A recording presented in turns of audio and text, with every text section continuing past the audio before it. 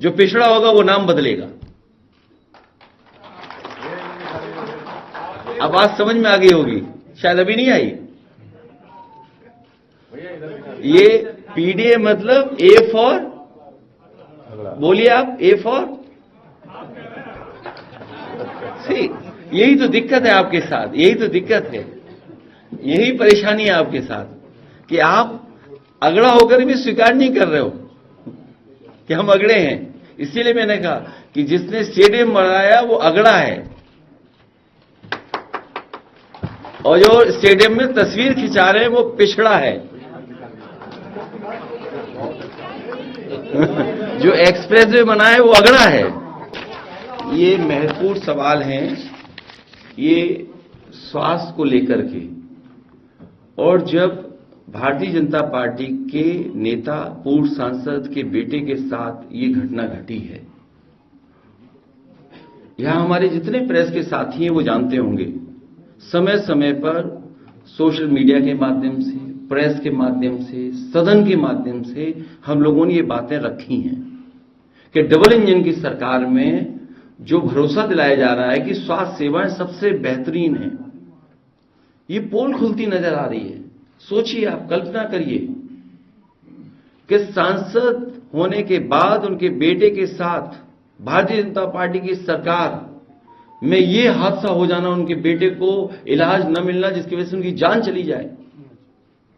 ये ट्रांसफर करके किसी छोटे अधिकारी को सजा दे करके, डॉक्टर पे आरोप लगा करके समस्या का समाधान नहीं हो सकता।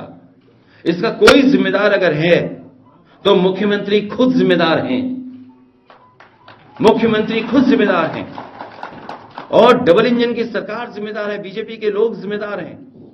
आखिरकार उन्होंने पर्याप्त बजट क्यों नहीं दिया अस्पताल को? पर्याप्त जो बजट होना चाहिए पीजीआई को क्यों नहीं दिया? या जो आपके अस्पताल हैं उसको क्यों नहीं दिया?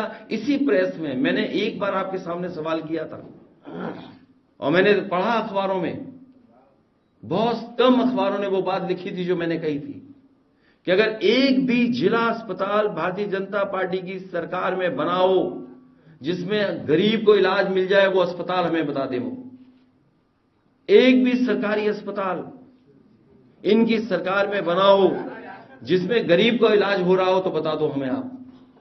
ये हमारे बगल में बैठे तूफानी सरोज जी जानते होंगे कि वर्ल्ड क्लास मेडिकल कॉलेज बन रहा था जौनपुर में।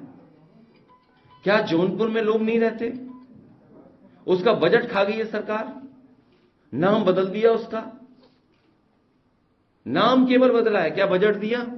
और आप लोगों को याद होगा जिस समय मैंने सदन में अपनी बात रखी थी, उस समय सबसे पहला जो स्टेट एंड सेंट्रल गवर्नमेंट का मेडिकल कॉलेज बन रहा था, उसके बारे में मैंने चर्चा की थी कि कितने असिस्टेंट प्रोफेसर होने चाहिए, कितने एडिशनल प्रोफेसर होने चाहिए, कितना टेक्निकल स्टाफ होना चाहिए। क्या है बताओ आप? पहला मेडिकल कॉलेज सेंट्रल स्टेट के उससे बना था शाहजहांपुर का।